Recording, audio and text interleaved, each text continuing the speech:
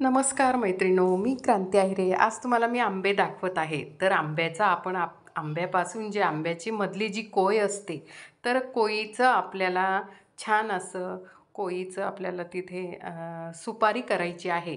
तर ही माझी कैरी फोडून झालेली होती, लोणचं घातलेलं आहे आणि लोणच्यानंतर मी ही कैरीचं जे आहे ही कोय ही सांभाळून ठेवलेली होती आणि ही स्वच्छ अशी थोडीशी वाळली गेली. माझे 2 दिवस व्हिडिओ करायला वेळ लागला, त्याच्यामुळे ही थोडी कैरी वाळली. तर आता आपण त्याचं मी ह्या कोयीचं छान असं आपण कोयीची सुपारी बनवणार आहोत. आपण आवळा सुपारी कशी बनवतो तशी कोयीची सुपारी बनवायची. खूप सुंदर लागते आणि आपल्याला एखाद्या वेळेस आपण प्रवासामध्ये कुठे जातो तर अशा पद्धतीने ही कोयीची सुपारी, तर कोय ही आपली छान कडक झालेली कोय असते. आपल्या कैऱ्या ज्या फोडतो आपण तर त्यांची कोय घ्यायची आहे आणि ही कोय घेतल्यानंतर मी हे पातेल्यात पाणी घेतलं आणि स्वच्छ असे धुवून घेतलं.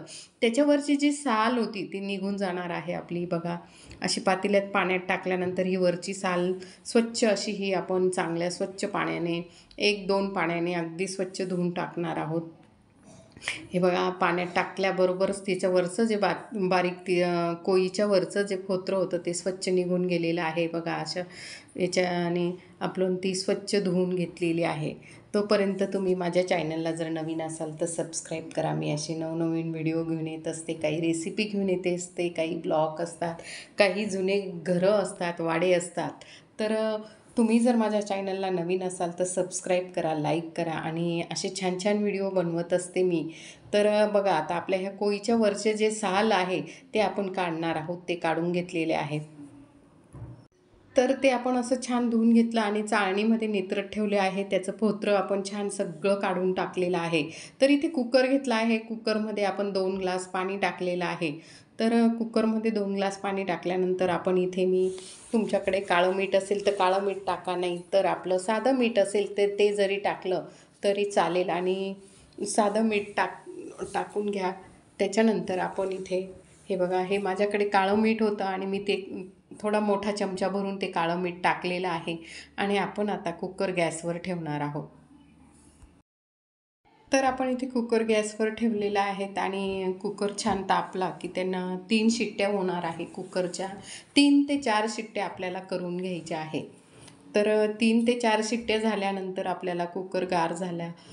तर मी 3 शिट्ट्या करून घेतलेल्या आहेत. कुकर गार झालेला आहे आणि गार झाल्यानंतर आपण ह्या ठिकाणी बघा अशा पद्धतीने झालं आणि त्याचं काळं पाणी निघतं.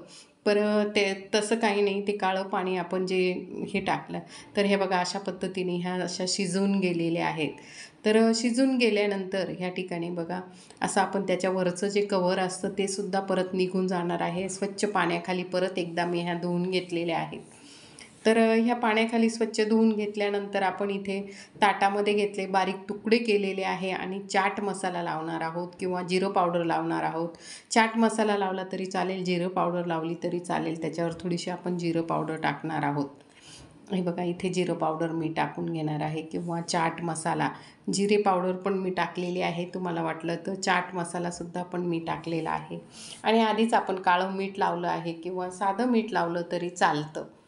तर अशा पद्धतीने आपण इथे याला ओलं असतानाच आपण असं ताटात घेऊन आणि पूर्ण त्याला चाट मसाला आणि जिरे पूड लावून घेतलेली आहे